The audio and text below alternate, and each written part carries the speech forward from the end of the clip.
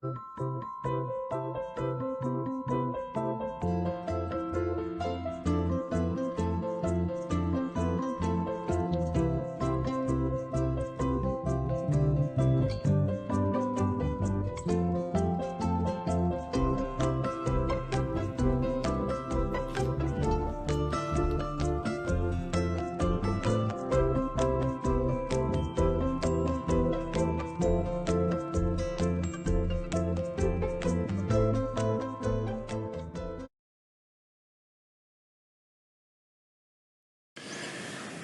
Granads, it's Mr. Sander coming at you again. Get my microphone out of my face here. So, yeah, coming at you again. We're learning about biology, so thought we'd kind of put together our next lesson so that we could start learning about that. But before we do that, check out my sweet shirt. I call this my Hamburglar shirt. You know, it's kind of the upside of teaching at home. I can wear comfortable clothes. I can roll out of bed and then come to you, you know, teach in my sweatpants. You know, I guess I could do that at work. It would look pretty unprofessional to be teaching in a pair of Puma sweatpants. I mean, but, you know, who cares about professionalism right now? I mean, look, I'm teaching in my cat's bathroom at the moment, you know, so nobody really cares about professionalism at the moment. What was I talking about?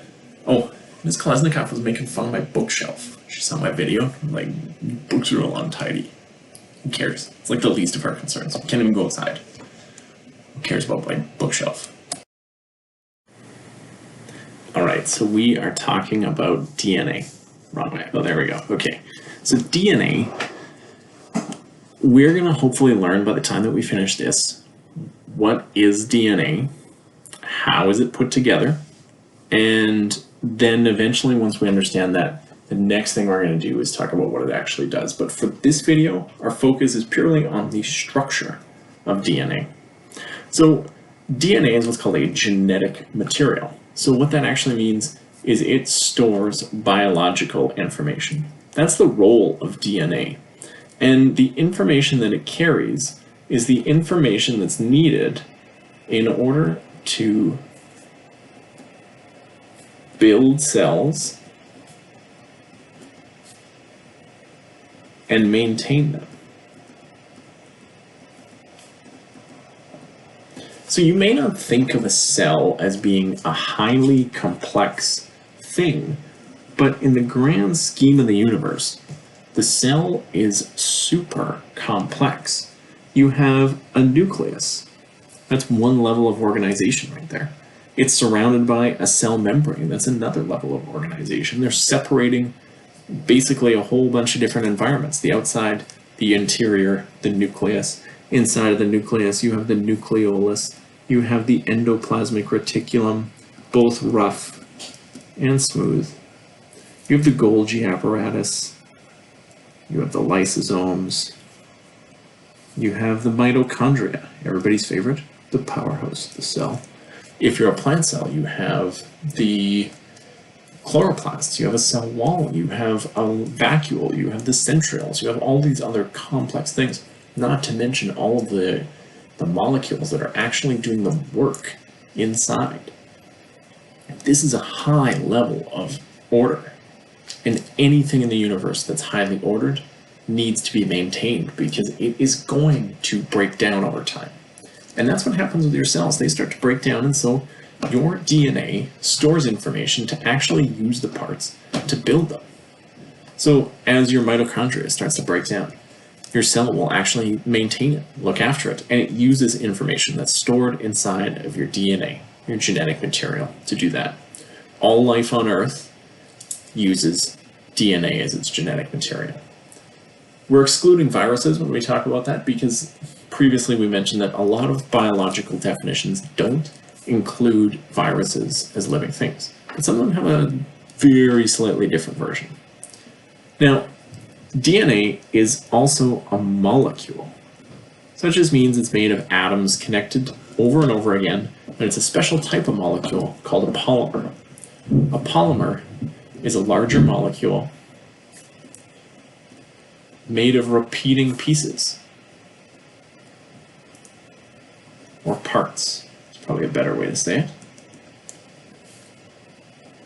So I think a great example is to think about a chain. So let's think about an actual chain. If we have a chain, I know, pretty good, hey? Normally I would actually build this like whole chain thing and talk about DNA using marshmallows, but I didn't stock up on marshmallows pre-isolation, so I'm using something I have, which is paper clips.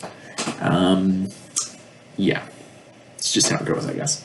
So in a chain, you have links, and those links connect together over and over and over again. That makes up one larger structure, right? The overall larger structure is the actual chain itself, which would be like the polymer. But the individual parts of a chain, the links, are the repeating pieces, and they are what we would call the monomer. Mono means one, so it's kind of like one part. Poly means many, so like many parts. And so when we talk about DNA, it's many repeating parts connected over and over again. So like my chain that I've drawn, or that I've built for you, is repeating parts of paper clips. Those paper clips connect together over and over and over again. And you could do this so that you have like hundreds and hundreds of paper clips or like monomers connected together over and over and over again to make up one large structure. You actually thought I put hundreds together, didn't you? I don't have that kind of time. You gotta cook supper and like do those things. Take a nap. I don't have time to be building up 100 link paperclip chains. Come on. Okay. So we should actually talk about what is the monomer of DNA. Well, the monomer of DNA is something called a nucleotide.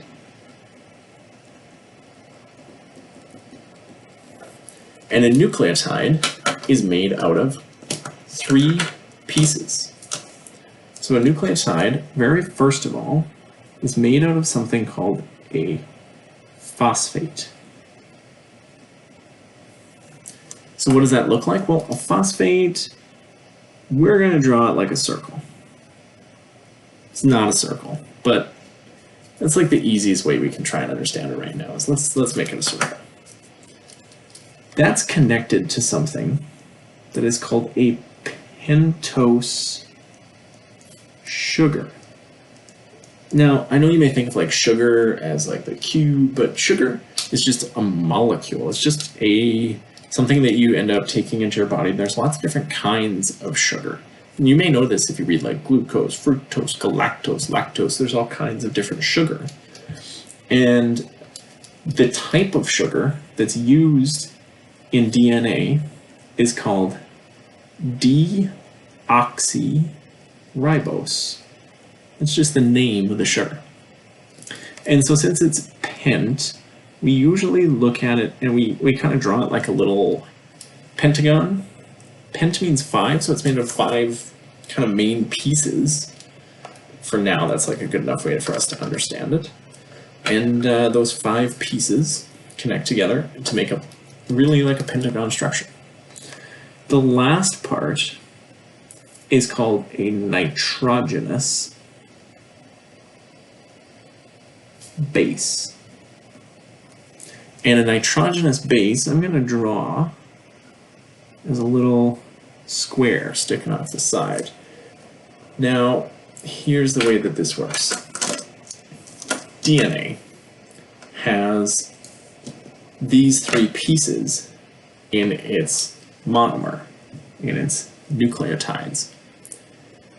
The last one, the nitrogenous base, comes in 4 different versions. There's what's called adenine, thymine, cytosine, and guanine. Now, I would never expect you to remember all these words. Like, you don't really need to know that. But what you do need to know is we abbreviate them with letters. A, T, C, and G. Yeah, hopefully that's more familiar now. Okay. And so this little piece that I've stuck on here can be any one of 4 different kinds. So you notice, well, here's where it all starts to come together. You notice my chain that I built. The chain that I built, I used 4 different colors of paperclip. Those 4 different colors would represent essentially like the 4 different versions of nitrogenous bases. Because there's 4 different versions of nitrogenous bases, it's kind of like having 4 different nucleotides. And the way that we connect those together is ultimately going to determine how DNA functions. Now, if you've seen DNA before, well, not like in real life. In real life, like you can't see anything. It's just like, looks like snot in a tube most of the time. But you know that it probably looks like more than just this. You probably know about like the double helix and all these other things. So let's talk about how we can actually get there. Like I said, DNA is a polymer. It's made out of repeating pieces. And so the repeating pieces are going to be the ones that we were just talking about. They're the nucleotides. And the nucleotides are going to connect to each other. So I'm going to draw a nucleotide. So we have our phosphate, we have our pentose sugar. That's going to connect to our nitrogenous base. Lost my color for a second there. Right. And then what happens is you have another nucleotide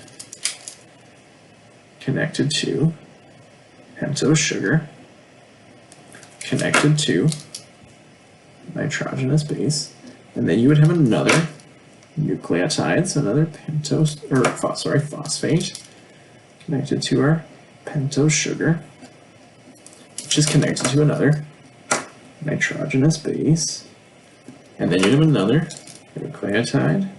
Oh, you hate listening to me already. And another nitrogenous base. Okay. Now, here's the thing. If these don't actually connect to each other, you don't have a chain, right? There's dump like 4 paper clips all down on a page. It's not a chain of paper clips. They actually have to hook to each other, right? Otherwise, like, they're not part of the same thing. So the way that these connect is the phosphate connects to the pentose sugar. So the phosphate of one nucleotide connects to the pentose sugar of another nucleotide. And then the phosphate connects to another sugar, phosphate to sugar, and that would just continue all the way down. That's how it ends up connecting. Now, this structure, sorry about the shadow there. I don't know how to get rid of that shadow. Tried moving the lights. Shadow is what it is. Just deal with it. You're fine. Look at the production value here. Like, this is, you're lucky you're getting this at all. That's right. Okay, so the nucleotides end up connecting together, and here's what I want to point out. If you actually kind of take a look right now, one thing you'll notice is right here, I have my nucleotide, and I could do this all the way down, right? I could, I'm not going to, but I could like highlight there's individual nucleotides over and over and over again. The other thing I hope you notice is down the side. Look at this. All the way down the side, there is sugars connected to phosphates, connected to sugars, connected to phosphates, connected to sugars, connected to phosphates, connected to sugars to phosphates, and all the way down. This is what we call the sugar phosphate backbone. I pronounced that really clearly in case my writing was not clear. It's a really good chance of that. Okay, and that's kind of the basic structure of DNA, and this is what we call a DNA strand. Now, in a single molecule of DNA, you probably know it doesn't really look like this, right? It is 2 strands connected together. And so let's take a look at how that actually works. On the other side, you would also have nucleotides. Now, I'm not going to draw each one because I need this to line up really specifically. And last time I didn't draw them like this. I ended up making a mistake and I had to reshoot the video, so just go with me. Okay, so we're building our nucleotides on the other side. They have their phosphates.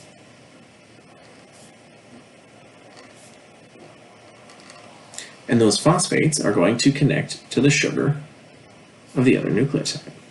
Boom, like that. So there you go. And now you have a two-stranded molecule of DNA.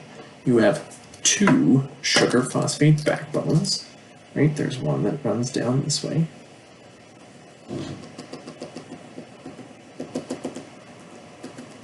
You have nucleotides all the way around on both sides. You may notice that I actually drew them running in different directions. They do actually run in different directions. At this level, you don't really need to know why, but they do.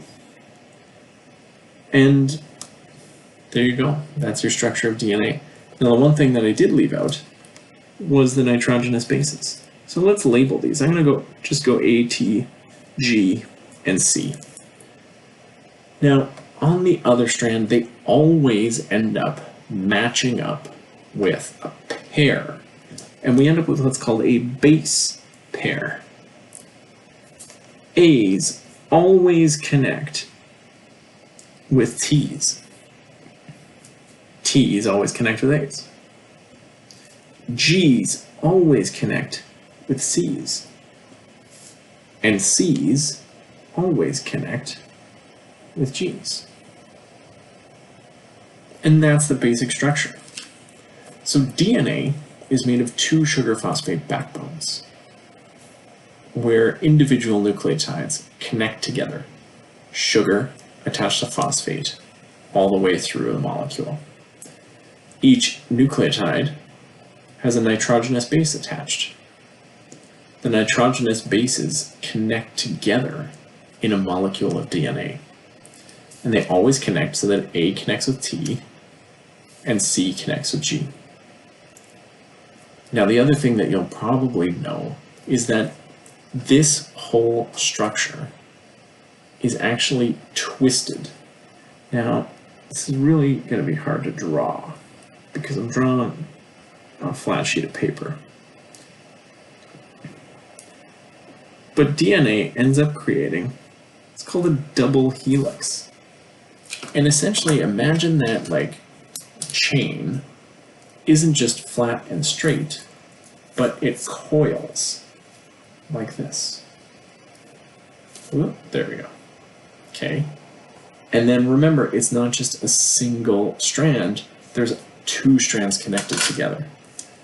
This 3D shape of DNA is called a double helix. The reason that there's a double helix is ultimately because it helps protect the DNA. Remember, the DNA is there to store information.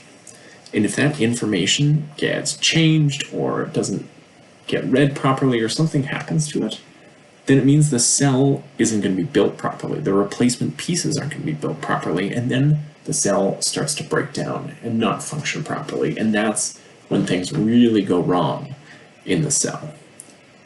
And so this is the whole idea. This is what DNA looks like.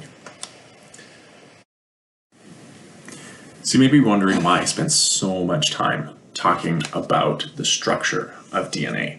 And we talked so much about the structure of DNA because there's an important rule or like principle in biology, which is that anatomy determines physiology.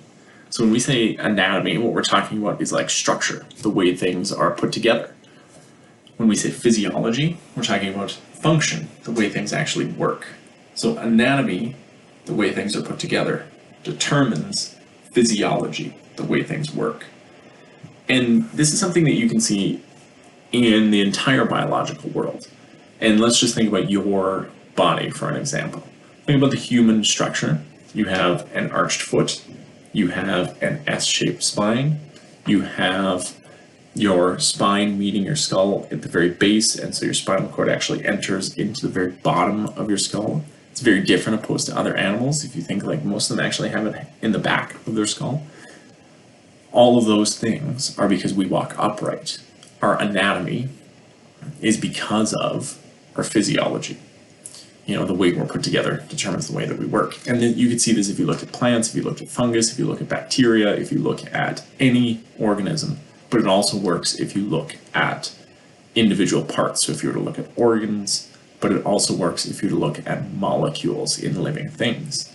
And so the structure of a biological molecule like DNA is going to determine how that molecule works.